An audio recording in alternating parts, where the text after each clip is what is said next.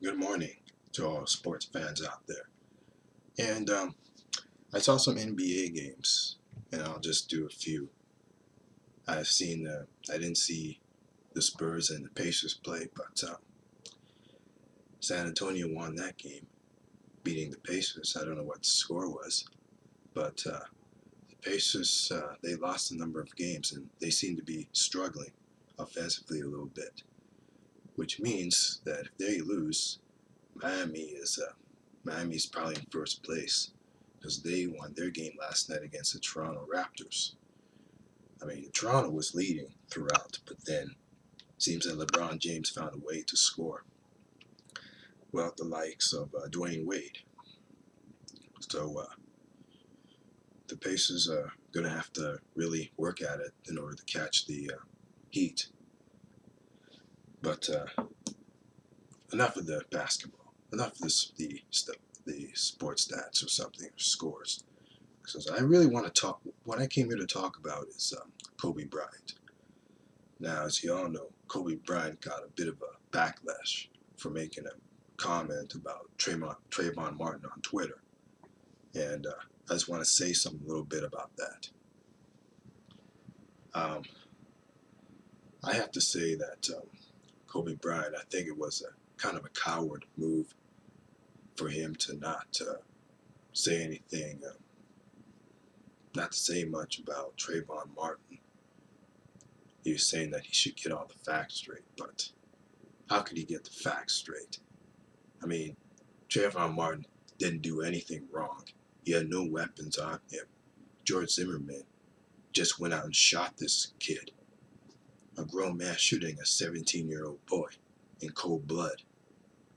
I mean, you got to speak up for that. And Kobe Bryant, to my surprise, didn't even show any support for Trayvon Martin and his family. I mean, you have a guy here who basically was just about getting his career destroyed, and you have the guy that who just about landed his black ass in jail for a rape charge, and he's now like speaking up for George Zimmerman. I mean, this guy killed this kid in cold blood, and he's speaking up for Zimmerman. Just goes to show you how whitewashed Kobe Bryant is. Well, of course, we can't really blame him because he spent most of his time in Italy.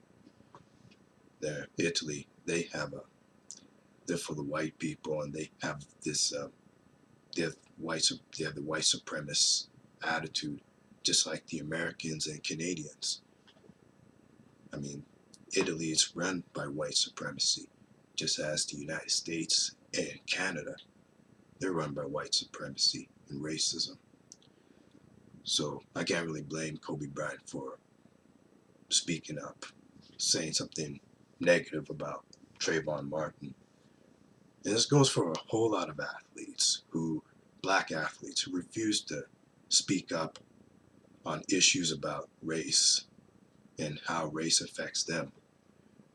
I mean, and a whole lot of black professional players, including the NFL and in some cases maybe the NHL, but there are no hardly any black people in the NHL. But mostly for Major League Baseball, Major League Soccer, NFL, and NBA. A lot of black pro players never speak out against racism. It's surprising to me because they play for teams that are owned by these white people, these white men, or Jewish white men in business suits. And Kobe Bryant is a surprise to me because he all he does is just play basketball and make a whole lot of money for these sport owners who probably don't even really like him or respect him or even care about him. I mean, he's just another slave working for the NBA, which is another plantation, and the Los Angeles Lakers. That's a plantation in itself, and he's not gonna He doesn't show any sort of remorse for Trayvon Martin. That's surprising to me. He ought to be ashamed of himself to think in that. I mean, he goes on, he gets charged with rape with this average looking white woman, and he's like cheating on his attractive wife. And along with that, he has 2 kids. That's 2003, way back. And he sat it on the television screen crying his eyes out, begging for forgiveness from America, maybe around the world too. And he's now like throwing the black community under the bus by not defending Trayvon Martin. It's not just him. A whole lot of pro athletes, black pro athletes, are just nothing but zebras. They're black outside, but white on the inside. No, not zebras, but Orioles. Kobe, you're sad, man. Kobe is sad. This whole case is sad. I mean, he could throw black people under the bus. I mean, he's sad. I got nothing more to say.